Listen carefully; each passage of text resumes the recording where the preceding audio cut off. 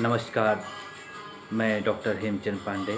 आज आपको विकास की अवस्थाएं, बाल्यावस्था, स्टेज ऑफ डेवलपमेंट, चाइल्डहुड के विषय में बताऊंगा।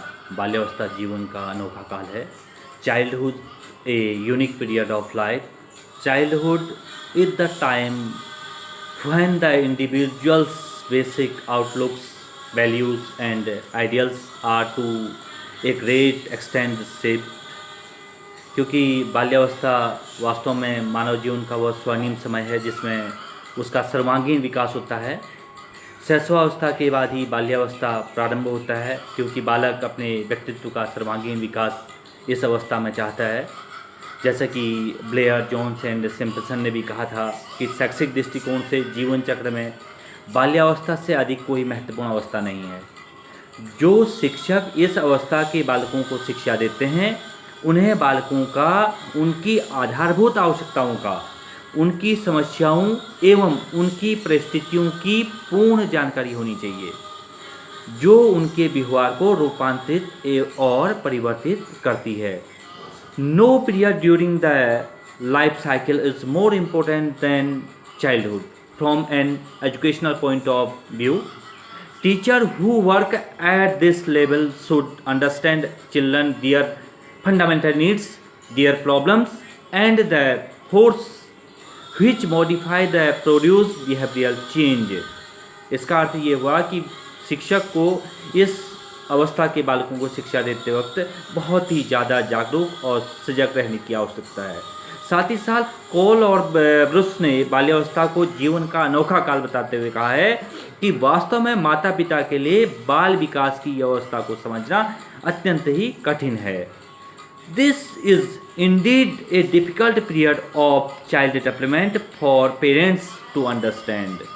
इस अवस्था को समझना इसलिए भी कठिन है कहीं न कहीं क्योंकि यह अवस्था में बालक में अनेक परिवर्तन हो रहे होते हैं।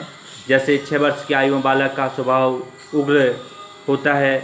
साथ ही साथ वह सब बातों का उत्तर हाँ और नहीं में देना चाहता है। साथ ही साथ वह उदासीन होता है। साथ ही साथ वह अकेला रहना पसंद करता है। इसी प्रकार हम 8 वर्ष की आयु में अनेक बालकों के साथ वो सामाजिक संबंध स्थापित करने की कोशिश करता है। और साथ ही 9 से 12 वर्ष की आयु में विद्यालय के प्रति उनका कोई आकर्षण नहीं रह जाता है। वो अपने कार्यों को करके कुछ नया, कुछ महान रोचक कार्य करना चाहता है।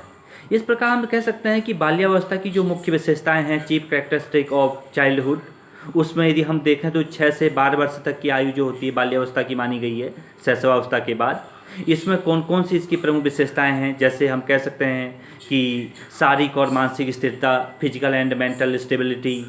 साथ ही साथ हम कह सकते हैं उसमें कि बालक के अंदर जो शारीरिक और मानसिक स्थिरता होती है वो बाल्यावस्था में सबसे महत्वपूर्ण एक विशेषताओं में मानी जा सकती है, क्योंकि the relationship between physical growth and behaviour is so important that an understanding of how the human child grow and develop the essential to understanding of similarity of differences between different individuals and the changes that take place in the same individuals with increasing age।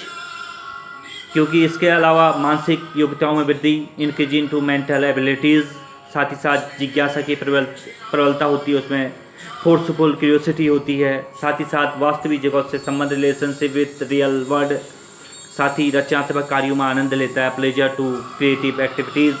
साथ ही सामाजिक गुणों का उसके अंदर विकास होता है, ये उसकी विशेषताओं के अंतर्गत है। डेवलपमेंट ऑफ सोशल क्वालिटीज़, नैतिक गुणों का विकास होता है। डेवलपमेंट ऑफ मोरल ट्रेड्स, साथ ही साथ वो बहिर्मुखी व्यक्तित्व का विकास होता है उसमें। डेवलपमेंट ऑफ एक्सट्रोवर्ट पर्सनालिटी, साथ ही साथ संवेगों का दमन एवं प्रदर्शन करना चाहता है, अपने इमोशन को संग्रह करने की प्रवृत्ति आ जाती है उसे। साथ ही साथ उसे भ्रमण करने की प्रवृत्ति आ जाती है उसे, टेंडेंसी टू रोमिंग अबाउट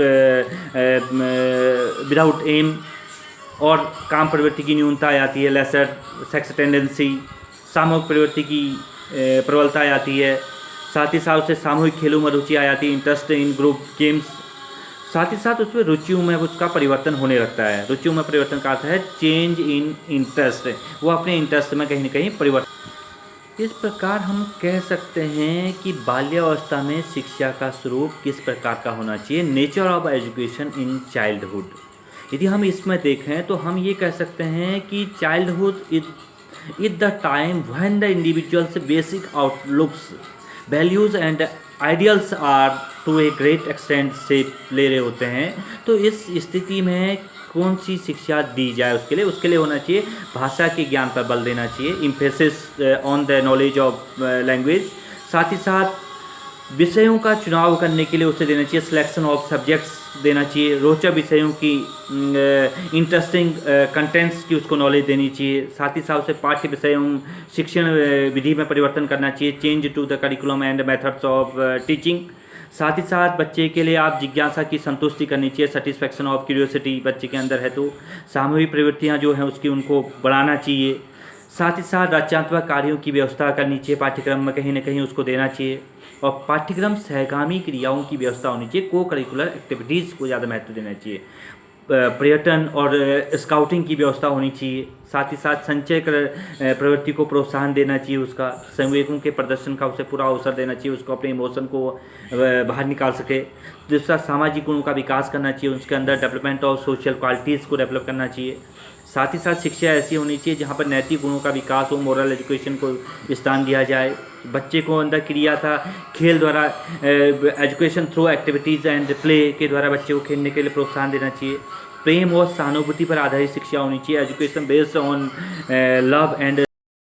इस प्रकार हम कह सकते हैं यदि बच्चे को बाल्यावस्था में उसको शारीरिक दंड न दे करके और उसे कठोर अनुशासन न करके और तो उसका बल का प्रयोग न किया जाए, डांट झपट और उसे घृणा न की जाए, तो बच्चा अपना क्या बोलते हैं बाल्यावस्था में अपने जीवन के विकास के लक्ष्य को प्राप्त करने के लिए तत्पर हो सकता है। साथ ही साथ वह उपदेश नहीं सुनना चाहता है ज़्यादा, और साथ ही साथ वह धमकियों की चिंता नहीं करता है क्योंकि बाल्यावस्था में। और साथ ही साथ उसमें ऐसी इस प्रकार का प्रेम और सहानुभूतिपूर्ण यदि व्यवहार किया जाए तो कहीं ना कहीं बच्चे का निर्माण सही मार्ग की ओर होगा और बच्चा ये सही मार्ग की ओर अग्रसर होगा। इसलिए ज़रूरी है कि बाल्यावस्था का वो समय में कहीं न कहीं उसमें नए मूल्य और आदर्शों का निर्माण हो जाता है। इसलिए उसके वैल्यू और इमोशन को भी ध्यान में रखना चाहिए और बालक के सर्वांगीण विकास के लिए पेरेंट्स के साथ साथ शिक्षक को भी तत्पर रहना चाहिए। धन्यवाद।